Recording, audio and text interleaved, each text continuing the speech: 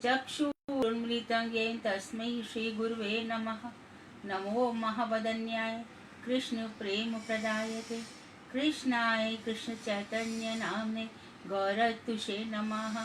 हे कृष्ण करुणा सिंधु दीन बंधो जगतपते गोपेश गोपिका कांत राधा कांत नमोस्तुते। तप्त कांचन गौरांगी राधे वृंदावनेश्वरी वृषभानुसुते देवी प्रणमामि हरिप्रिये।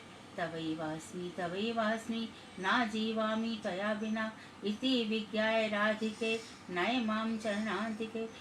गुर्वे गौरचन्द्राय राधिकायै तदालये कृष्णाय कृष्णभक्ताय तद्भक्ताय नमो नमः।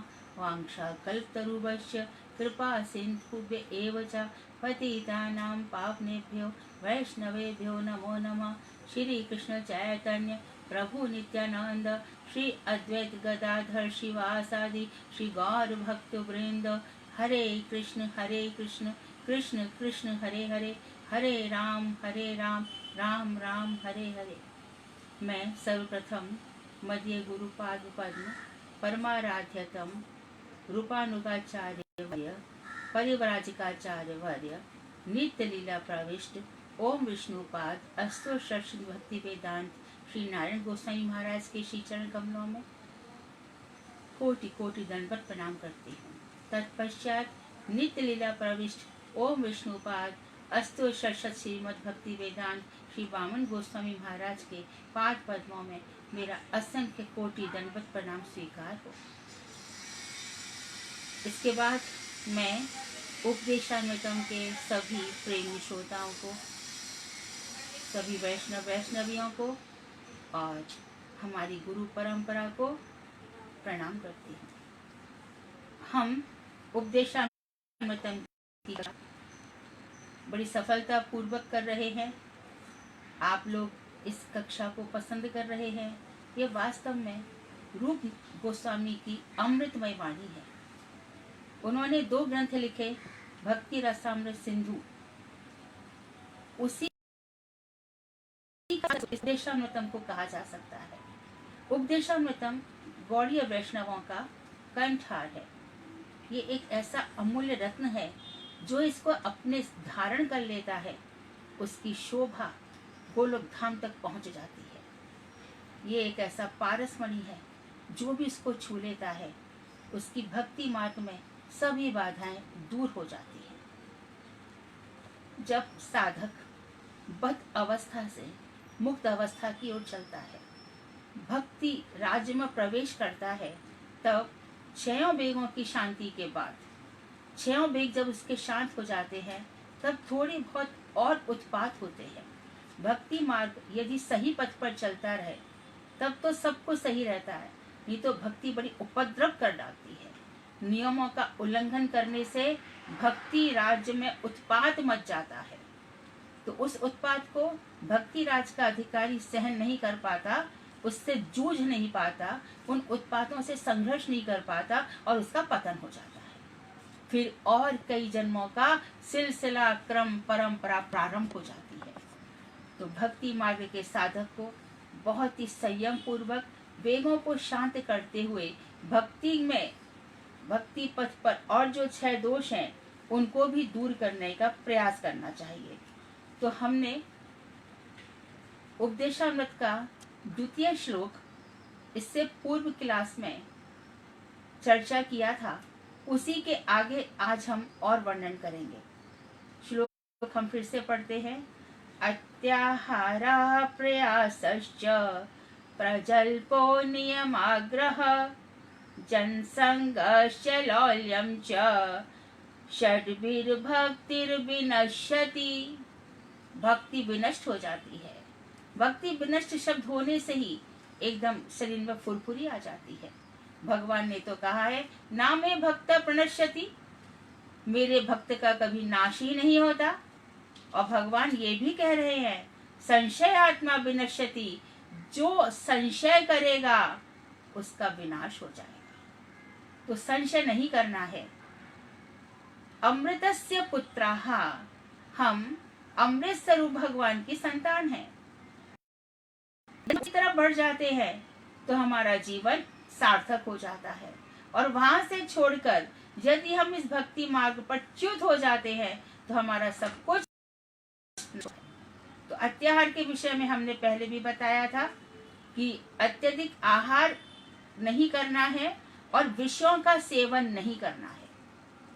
जो हमारी 5 इंद्रियां हैं, आंख, नाक, कान, जिह्वा, ये जो भागती है विषयों की तरफ, शब्द, रूप, रस, गंध, स्पर्श, हमारी त्वचा स्पर्श की ओर, नासिका गंध की ओर, कान शब्द की ओर, जो भाग, आंखें रूप की ओर, ये जो भागते हैं इन्हें हमें पीछे हटाना होगा, अपने आप में समेटना होगा। भागेंगे ये जो विषय हैं, जो इस जड़ संसार में हैं, जो इस माइक संसार में हैं, उनको ये चीजें आकर्षित करेंगी। लेकिन जो भक्ति मार्ग पर चल पड़े, पहले संसार के विषयों की ओर अपना लौ, तो हमें इसी पथ पर रहना चाहिए, हमें इसी पथ पर रहना चाहिए। और इसके रहने के लिए हमें कटिबद्ध होना चाहिए, कमर कसकर तैयार होना चाहिए। जो भी आएगा देखा जाएगा। अब तो हम चल पड़े हैं, अब तो हम चल पड़े हैं, जो होगा देखा जाएगा। और जो ऐसा कर लेता है वो भगवान का प्रिय हो जाता है। भगवान ने ये जो कहा है ना, सर्वधर्मान परित्यज्य मामेकम शरणं व्रज, सब धर्मों को छोड़ करके तू एक में आ जा। मतलब क्या हुआ कि तेरे लिए अब कोई भी ना धर्म बाकी है, ना कर्म बाकी है, ना कोई ज्ञान बाकी है। मेरी तरफ आ जा। फिर आपकी तरफ आकर के क्या होगा? फिर तेरा जीवन मेरे ही समान हो जाएगा। सच्चित आनंद स्वरूप तेरे जीवन में सत्य आएगा। सत्य मतलब तू समझ जाएगा कि तेरा कभी नाश नहीं होता। तू अमृत है, तू अशोक है, तू आनंदमय है। चित परम चेतन स्वरूप है। कितनी चेतना है?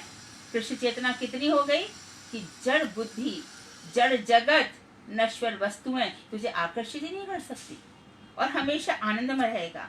आनंद मतलब ना शोक तुझे छुएगा, ना मोह तुझे छुएगा। दुखों की तो बात ही छोड़ दो।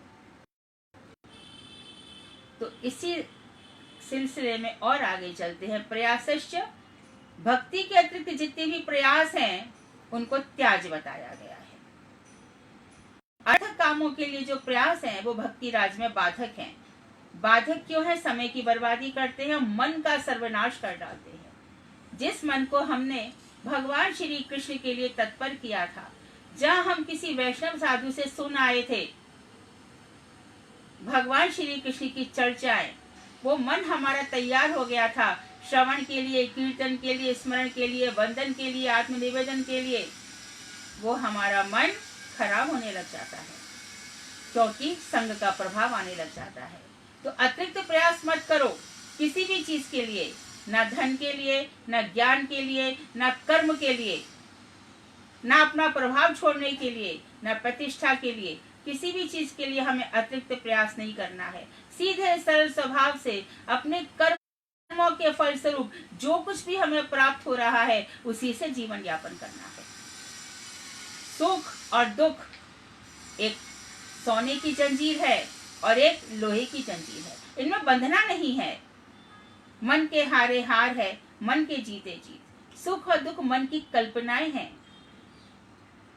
सुख तो वही है जहाँ पर भगवान श्री कृष्ण के चरण कमल हैं। वहीं पर प्रहलाद को भी आनंद आता है, वहीं ध्रुव को भी आनंद आता है, वहीं महाराज अम्बरीश को भी आता है। भक्तों की तो बात ही छोड़ दो, हनुमान जी भी इससे आनंद में मग्न रहते हैं। प्रयास के बाद अब हम आज वर्णन करेंगे प्रजल्प का। प्रजल्प का अर्थ है अनावश्यक ग्राम्य कथा, ये बकवास करना, साधारण हिंदी में व्यर्थ का वृथा लाभ, जिससे कुछ निष्कर्ष निकलता नहीं है। एक ही निष्कर्ष निकलता है कि हमने अपने समय को व्यर्थ कर दिया। जो चीजें, जो वस्तुएं, जो हमें सद्मार्ग की ओर नहीं ले जाते, वहां पे हम क्यों जाएं? जैसा संग वैसा रंग, जैसा अन्न वैसा मन। तो अत्याहार में है जैसा अन्न खाओगे वैसे ही मन बन जाएगा। और यहाँ पर कहा है कि जैसा ही संग होगा वैसा ही रंग चढ़ जाएगा। तो हम तो तैयार हुए थे साधु संग के लिए और कर लिया हमने व्यर्थ का संग, और संग भी कर लिया तो व्यर्थ के आलाप करने लग गए। व्यर्थ के आलाप, ग्राम्य वार्ता, उसके लड़का पैदा हुआ, उसका लड़का भाग गया, उसकी लड़की बीमार पड़ गई। आज की दृष्टि में दुख, भय, त्रास, उद्वेग के अलावा कोई चर्चा ही नहीं है। लेकिन संत इस विषय से अप्रभावित रहते हैं। क्यों? भगवान कृष्ण की इच्छा। ये जगत जो ये जगत है मत्तः सर्वम प्रवर्तते, भगवान श्री कृष्ण से ही चल रहा है। हमारा कुछ भी बस नहीं है। इन स्थितियों ने दिखा दिया कि बड़े से बड़ा विज्ञान, बड़े से बड़ा ज्योतिष, कोई इसमें कुछ भी नहीं कर सकता। किसी का इसमें बस नहीं। तो व्यर्थ के आलाप ये क्या करते हैं? समय का दुरुपयोग करते हैं। समय का दुरुपयोग कहा है, एक सेकंड का फ्रैक्शन भी हमें व्यर्थ नहीं करना है। बड़े उत्साह पूर्वक, रुचि, निष्ठा, आसक्ति के साथ भजन करना है। परंतु लोग हमें ऐसे ऐसे मार्ग दिखा देते हैं, ऐसी ऐसी बातें बना देते हैं कि जो कुछ भी हमारी तैयारी थी वो एकदम धराशायी हो जाती है, भूमिसात हो जाती है। इतने प्रयासों से हमने जो कुछ भी भक्ति मार्ग में एकत्र किया था वो वहीं की वहीं रह जाता है। इसलिए चर्चाएं सुने तो कृष्ण की सुने, और तो परम वैष्णवों की सुने। कनिष्ठ के बाद मध्यम और मध्यम के बाद उत्तम वैष्णवों की कथाएं हमारे जीवन का आधार होनी चाहिए। उन्हीं को आधार बनाकर हमें अपने जीवन में चलना चाहिए। पर चर्चा मत करो, दूसरों की बातें मत करो। जिसकी बातें करोगे उसके पाप और पुण्य भी हमारे अंदर आ जाएंगे। जैसा उसका जीवन होगा, तमोगुणी, सतोगुणी, रजोगुणी, हम माया के फेर में पड़ जाएंगे। पर चर्चा में अधिकांश क्या होता है? पर निंदा होती है। जिस व्यक्ति को जिससे ईर्ष्या होती है, कंपटीशन है, जलन होती है, वो क्या करेगा? पहले उस व्यक्ति का जिक्र करेगा, फिर देखेगा सामने वाला उसके विषय में क्या कहता है। यदि सामने वाले ने अपनी रुचि दिखा दी तो उसका मकसद पूरा हो जाता है और हमारा समय बर्बाद हो जाता है।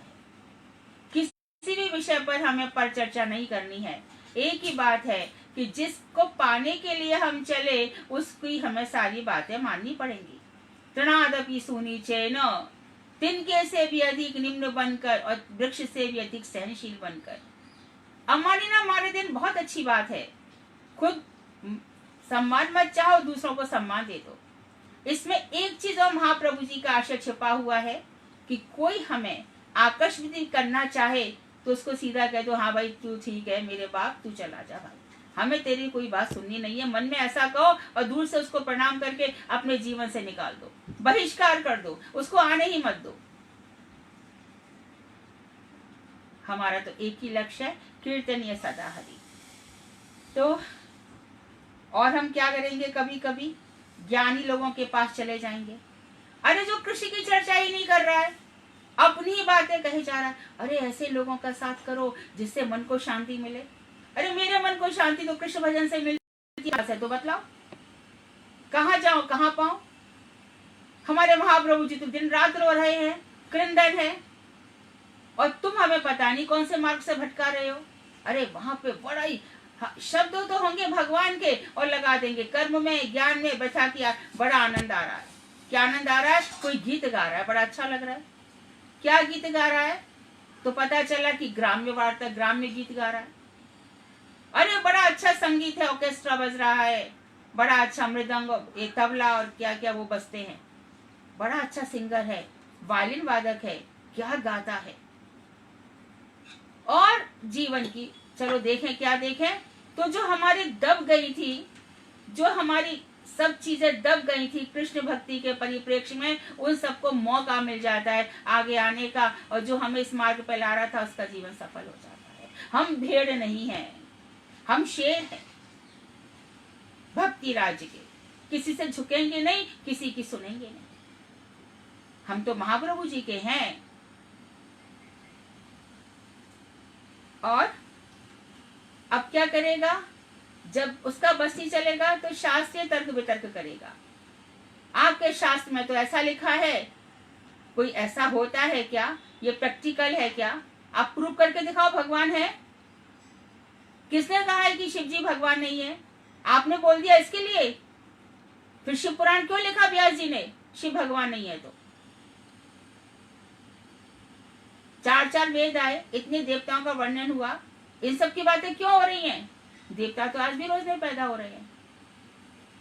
हमारी बम्बई में विरार में एक जीवदानी माता पैदा हो गई है, पता नहीं कहाँ से। जैसे कि हमने संतोषी माता का भी सुना था। रोज नए नए देवी देवता, जहाँ तक कि महामूर्ख लोग भगवान को भी देवता मान के उनकी इस साधारण लोगों को भी भगवान मानकर उनकी पूजा करते, किसी को भी बैठा लेते हैं। जब पता चलता है कि उनको तो नार के यातनाएं शुरू हो गई, जेल शुरू हो गया, तब भी नहीं समझते कि हमने कितनी बड़ी गलती की है, कहाँ चले गए। तो कॉन्शियसनेस हमारी बराबर रहनी चाहिए। ज्ञानी तर्क वितर्क करेगा, शास्त्रों में रहकर भी, शास्त्रों में अधिकार नहीं है फिर भी शास्त्रों की चर्चा करेगा। देखिए, धर्म अर्थ काम मोक्ष 4 पुरुषार्थ हैं। धर्म से चलते चलते वो मोक्ष की तरफ जाता है और बड़े बड़े व्याख्यान देकर अर्थ की महिमा बतलाता है और काम की महिमा बतलाता है। लेकिन भक्ति राज में ये चारों पुरुषार्थ कुछ भी स्थान नहीं रखते। वहां पर कौन सा पुरुषार्थ चलता है? प्रेम का पुरुषार्थ। भक्ति राज में भक्ति रस का पुरुषार्थ। रूप गोस्वामी कह रहे हैं भक्ति सुदुर्लभा, भक्ति बहुत दुर्लभ है। व्यक्ति को सुनने में बड़े अच्छे लगते हैं 4 पुरुषार्थ के विषय में। हाँ, भाई मैं तो बड़ा धार्मिक हूँ। क्या धार्मिक? मैं सुबह से शाम तक, सुबह मैं पूजा करने चला जाता हूँ, मंगल होता है हनुमान जी की पूजा कर लेता हूँ, बुधवार होता है गणपति की पूजा कर लेता हूँ। मैं तो अपना काम करता हूँ, मैं ज्यादा विश्वास नहीं करता फालतू की चीजों में, मैं बहुत रिजर्व नेचर का हूँ। संकीर्ण मान्यताएं। और क्या कहेंगे भाई आप तो सांप्रदायिक हैं, आप तो सांप्रदायिक बातें करते हैं, मेरा हृदय तो बड़ा विशाल है, मैं सबको ही मान लेता हूँ। आप कहेंगे ये भगवान है, मैं इस भगवान को भी मान लूंगा, मेरा क्या जा रहा है। ऐसे महामूर्ख अपने जीवन में अपने हाथों से अपनी ही ओखली में सिर डालते अपना ही सिर कूट लेते हैं। और दूसरे लोग, उनका जो वाक जाल होता है ना, ऐसी बातें फैलाते हैं कि दूसरे लोग उससे प्रभावित हो जाते हैं। हो सकता है कि 10 दिन में ना तो 10 महीने में उनको अपनी गलती का एहसास होता है, क्योंकि वो व्यक्ति कभी भी संयमित नहीं रहता, हर दिन उसके विचार बदलते रहते हैं। तो हमें शास्त्र का अभ्यास करना है, और शास्त्र अभ्यास में कहा है कि धर्म अर्थ काम और मोक्ष, जब ये चारों पुरुषार्थ समाप्त हो जाए और फिर व्यक्ति के अंदर जिज्ञासा हो, जैसे कि वेदांत का पहला सूत्र है अथा तो ब्रह्म जिज्ञासा।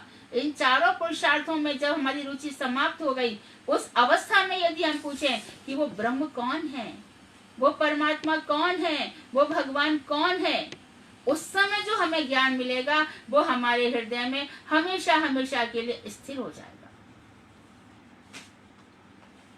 स्थैर्य चाहिए, धैर्य चाहिए। तो प्रजल्प ध्यान रखें, व्यथा की बातों को प्रजल्प कहते हैं। जो भक्ति के राज्य में त्याज बताए गए हैं उनको त्याग कर देना चाहिए। इसमें ही ऐसे लोगों का साथ मिल जाता है जो अन्याभिलाषी होते हैं और इंद्रियों के सुख को ही वो सब कुछ पुरुषार्थ मानते हैं। जो नहीं दिख रहा उसको क्यों देखना चाहते हो? अरे जो दिख रहा है उसमें आनंद लो ना। मूर्ख व्यक्ति ऐसी ऐसी बातें करते हैं। बहुत मन में दुख होता है। दुख जब होता है जब योग्य व्यक्ति अयोग्य व्यक्ति के फेल में पड़ जाता है। तो हम सबको अपने हृदय में इन बातों की गंभीरता को समझ लेना चाहिए कि हम सुनेंगे तो गीता की बनेंगे, सुनेंगे तो चैतन्य महाप्रभु जो भगवान है उसकी सुनेंगे। और जब भगवान के विरोधी बातें करके हमें ज्ञान कर्म और इंद्रिय सुख में भेज रहा है, आकर्षित कर रहा है, उससे बड़ा शत्रु हमारा कौन है?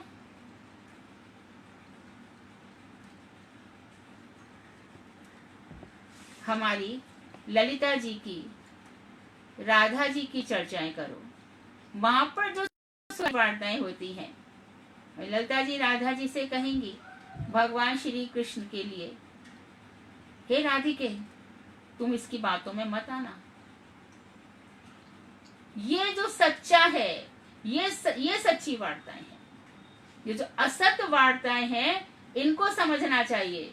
और जो नित्य जगत की वार्ताएं हैं उनमें इतना अधिक हमारा रस हो जाना चाहिए कि इन वार्ताओं को हमें कूपमंडू की तरह जीवन से निकाल देना चाहिए। कुएं के मेढक को पता है इतना ही जीवन है। तो प्रजल्प कौन करता है? प्रजल्प भगवान श्री कृष्ण जब वृंदावन गोकुल छोड़ करके मथुरा चले गए और मथुरा से जब उद्धव जी को भेजा, उद्धव के आदि में राधा जी से मिले, तो राधा जी ने जो श्री कृष्ण को कहा वो सच्चा प्रजल्प है। राधा जी ने श्री कृष्ण से कहा, मधुपति तब बंधो मां स्पृशांग्रीं सपत्न्या, कुछ विलुलित माला कुंकुमस्म शुभीनः, वहत मधुपति स्वान् मानिनां प्रसादं, यदु सदसि विडम्ब्यं यस्य दूत तुमीदृक्। वहतु मधुपति स्वान्, राधा जी उद्धव जी से कह रही हैं कि हे मधु, वहां पर जो भ्रमर आ गया था, भ्रमर को उन्होंने समझा कि श्री कृष्ण ही यहाँ पर आ गए। और उद्धव जी, हे मधु, हे धूर्त कपटी के मित्र, धूर्त कपटी कौन? श्री कृष्ण। हे सखा, श्री कृष्ण की बनमाला जो हमारी सौतों के वक्ष स्थलों के स्पर्श से मसली गई थी, तथा उसके फलस्वरूप उस पर जो कुमकुम राग लगा था, वही कुमकुम तुम्हारी मूछों पर भी लगा हुआ है। तुम हमारे चरणों को क्यों छू रहे हो? तुम तो मधुपति, मथुराधीश श्री कृष्ण की, मथुरा की जो माननीय स्त्रियां हैं, प्रियाएं हैं, जाओ उनको ही प्रसन्न करो, उनका ही प्रसाद ग्रहण करो। इस अवस्था में मेरे चरण क्यों छू रहे हो? मेरे साथ अनुनय विनय क्यों कर रहे हो? तुम क्या यहाँ दूध बनकर आए हो? जो इससे पांडवों की सभा में तो श्री कृष्ण का उपहास ही होगा। तो इस तरह से जो राधा जी के वार्तालाप हैं, पूरा की पूरा भ्रमर गीत, वो प्रजल्प, अभिजल्प, संजल्प में आता है। उसमें अपने चित्त का निवेश करो तो जीवन सफल हो जाए। बाकी सबको आज से ही प्रण कर लो कि हमें व्यर्थ की वार्ताएं करनी नहीं है। दूरदर्शन पर बहुत अधिक समाचार नहीं देखने हैं। ठीक है, करंट अफेयर्स थोड़े 5 मिनट क्या चल रहा है, और हम अलर्ट रहें, सावधान रहें अपने स्वास्थ्य के प्रति, अपने विचारों के प्रति, अपने हृदय के प्रति। कोई आक्रमण तो नहीं कर जा रहा मेरे ऊपर? उसने अपनी बातों से मेरे को अटैक तो नहीं कर लिया? मेरी भाव संपत्ति पर अधिकार तो नहीं कर लिया? मेरे हृदय में तो इतने सुंदर सुंदर भाव आ रहे थे, अरे वो तो लूट ले गया 10 से। मेरा समय भी व्यर्थ कर गया। तो इस तरह से प्रजल्प है भ्रमर गीत, है ना। उसके बाद जो और सब चर्चाएं हैं वो निरर्थक हैं, व्यर्थ हैं। इसके बाद हम प्रजल्प में उसका भी ध्यान रखना चाहिए। पौंड्रिक वासुदेव, मैं ही कृष्ण हूँ, मैं ही शंख चक्र गदाधारी हूँ। और भगवान ने उसका क्या हिसाब किया। एक और था शिशुपाल, भगवान को हजारों गालियां दे गया। 100 गाली तक भगवान ने कहा क्षमा कर दूंगा, फिर 100वीं गाली भगवान क्षमा नहीं कर पाए। तो भगवान श्री कृष्ण को भी गालियां दे देते हैं ऐसे लोग। जैन लोग तो कहते हैं कि वो तो 24 तीर्थंकर हैं, अभी नरक में पड़े हुए हैं। ऐसी सी जो असत्य चर्चाएं हैं, और वो अपनी बात को इतने साहस के साथ कहते हैं, इतने ज्यादा दृढ़ विश्वास के साथ कहते हैं कि हमारी जो श्रद्धा है वो डगमगा जाती है। हिंदुत्व को होते होते, और भी यार धर्म का सवाल नहीं है, हिंदू मुस्लिम बात नहीं है, जो हमारे, क्योंकि बहुत मुसलमान आज भी बहुत बड़े कृष्ण के भक्त हुए हैं, जो हमारा सनातन धर्म है उसकी बात है। और हम जो क्लास अभी प्रारंभ कर दी हमने, जैव धर्म, जीव का क्या धर्म है, उसकी बातें हैं। किस तरह से प्रद्युम्न ब्रह्मचारी, प्रेमदास बाबा जी, इन सब में बात, सन्यासी ठाकुर, एक वैष्णव ठाकुर का दर्शन करके किस तरह से जो शांकर मत का सन्यासी है उसका जीवन बदल जाता है, हम उस पर चर्चा करेंगे। तो हमारे पास जैसे कि एक कमरे में सही और गलत दोनों चीजें नहीं रह सकती, अशुद्ध वायु शुद्ध वायु दोनों नहीं रह सकते, उसी प्रकार जब तक हमारा मन श्री राधा जी के चरण कमलों में आसक्त है उसको कोई हटा नहीं सकता। श्रद्धा के बाद हमारा जो साधु संघ है, साधु संघ से हमारी भजन क्रिया प्रारंभ हो जाती है और सारे अनर्थ मिट जाते हैं। सभी देवी देवताओं को भगवान के समान समझना, नाम के बल पर अपराध करना, ये जो 10 अपराध है। फिर उसके बाद निष्ठा, रुचि, भगवान की बातों में रुचि आती है और भगवान की बातों में आसक्ति हो गई है। आसक्ति के बाद भाव अवस्था, तो भावों में हमें डूबना चाहिए। भाव ही हमारी संपत्ति है, यही हमारी वेल्थ है। इसको इतना छुपा के रखो कि दूसरे की बात कभी सुननी भी पड़े तो यहाँ से सुन के, यहाँ से निकाल करके, कोई भी बहाना बना करके वहां से चल लो और जा करके और जोर जोर से भजन करो, तभी ये मार्ग टिक पाएगा। हम अगला ले रहे हैं नियम आग्रह। नियम आग्रह का अर्थ हम ये है कि जो हमारे अधिकार में नियम है, जो हमें मिले, हम चाहे कनिष्ठ अधिकारी हैं अथवा मध्यम है अथवा उत्तम है, लेकिन अधिकार क्या है? भगवान श्री कृष्ण के प्रति जो हम चल गए हैं तो भक्ति मार्ग के अधिकारी हैं। हमने वहां पर जो भक्ति के नियम है उनको छोड़ दिया, प्रातः काल उठकर आनी करना छोड़ दिया, कंठी धारण करना छोड़ दिया, तिलक लगाना छोड़ दिया। अच्छा, और दूसरे के जो अधिकारगत हैं उन नियमों को हमने ग्रहण कर लिया।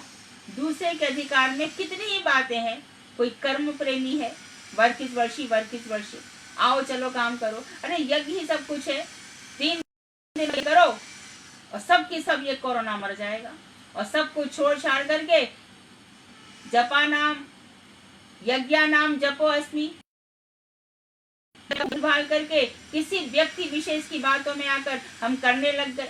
किसी व्यक्ति विशेष की बातों में आकर हम ढोल बजाने लगे, तालियां बजाने लगे, और क्या बजाई, थालियां बजाने लगे। कुछ हुआ, कुछ रुका? असत बात, व्यक्तियों की बातों पर विश्वास मत करो। जो कुछ होगा भगवान श्री कृष्ण राधा जी के लिए होगा, हरि गुरु वैष्णवों के लिए होगा, इसी में हम सबका कल्याण है। तो दूसरे ने जो अधिकार बताए उन नियमों को ग्रहण करना। उसके बाद भगवत सेवा की प्राप्ति रूप उच्चतम अधिकार की प्राप्ति के लिए हमारी चेष्टा नहीं हो रही है। मेरा भजन रुक गया, आजकल माला में मेरा मन नहीं लगता, क्यों? साधु संग खत्म हो गया, गुरु वैष्णवों की वार्ताओं पर से विश्वास हट गया, शास्त्रों पर से विश्वास हट गया। हमको तो शास्त्रों से समय नहीं मिलता है, मैं अपनी बात कहती हूँ, मुझे समय ही नहीं है दूसरों की बात कहने का। भागवत अर्क मरीचि माला जैसा सुंदर ग्रंथ पढ़ करके रोमांच होता है।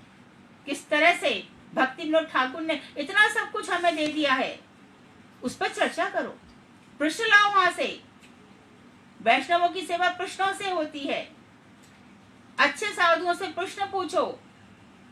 यही जीवन हमारा अंतिम जीवन होना चाहिए और इसी जीवन में हमारी सिद्धि होनी चाहिए, मंत्र सिद्धि होनी चाहिए, स्वरूप सिद्धि होनी चाहिए, वस्तु सिद्धि होनी चाहिए।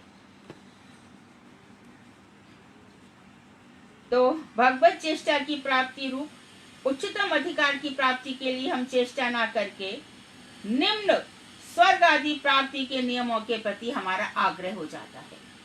अरे दान दे दो, स्वर्ग मिलेगा। देखो, जिसकी सेवा करेंगे, आगे के श्लोक में आएगा, ददाति प्रतिगृह्णाति, चौथे श्लोक में आएगा, हम जिसकी सेवा करेंगे हमें वैसा ही फल मिलेगा। और मानो कोई काम करके स्वर्ग मिल भी जाए तो स्वर्ग भी नष्ट हो जाता है, देवताओं का भी पतन हो जाता है। जब तक उसका थोड़ा सुख था, स्वर्ग का सुख भोग लिया, उसके बाद फिर उसका पतन हो गया। तो नित्य सुख कहाँ है? नित्य धाम कौन सा है? हमें तो वही की चर्चा करनी है। माया के कारण हम बहुत जी लिए, बहुत दफे मर लिए, स्वर्ग तक पहुंच भी गए तो भी वहां पर पतन है। तो स्वर्ग के प्रति तो हमारा आकर्षण हो गया। और भक्ति पोषक जो नियम है, श्रवण, कीर्तन, स्मरण, भागवत पठन इत्यादि, ये सब जो हमारे नियम है उनका हमने त्याग कर दिया। ये नियम आग्रह है। आग्रह अर्थात नियमों का अभाव। जो भक्ति पोषक नियम है उनको छोड़ना और जो भक्ति विरोधी नियम है उनको ले लेना। नियम आग्रह में लोग काफी कंफ्यूज रहते हैं। हम इसका अर्थ समझ लें। एक का अर्थ है नियम अग्रह, जो भक्ति में नियम हमें आगे बढ़ा सकते थे उनको तो हमने ग्रहण नहीं किया। और नियम आग्रह जो हमें स्वर्ग आदि की, कर्म की इत्यादि बातें बताते हैं, उनके प्रति हमारा आग्रह हो गया।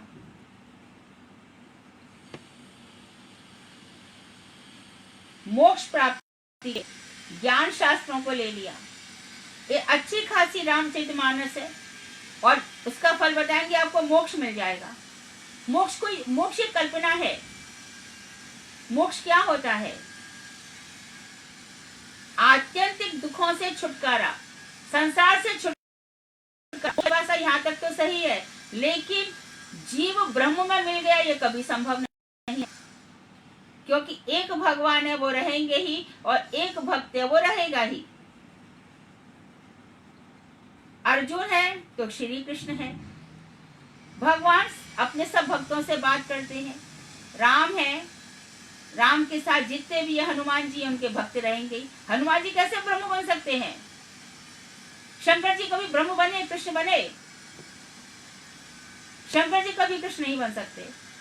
जब शंकर जी कृष्ण नहीं बन सकते तो हम तुम क्या बनेंगे? हनुमान जी नहीं बन सकते और बनना भी नहीं चाहेंगे। दो शंकर मत है, जीवो ब्रह्म ही बना पराहा। जीव ब्रह्म ही है। जीव ब्रह्म है तो फिर शंकर जी भी ब्रह्म हो गए? वो तो है नहीं। वो तो रात दिन कहीं कैलाश पर्वत पर सदाशिव के रूप में, अद्वैताचार्य के रूप में वो तो भगवान की आराधना किया करते हैं। सदाशिव तत्व है। भागवत में साफ कहा है वो संकर्षण जी की आराधना में लगे रहते हैं। जब वही ब्रह्म नहीं बन सकते तो हम तुम क्या बनेंगे? तो ये होगी मोक्ष की बात। भगवान जीव ब्रह्म में मिल गया, जब वो ब्रह्मलीन हो गए, बड़े महात्मा थे। ऐसा कभी भी संभव नहीं है।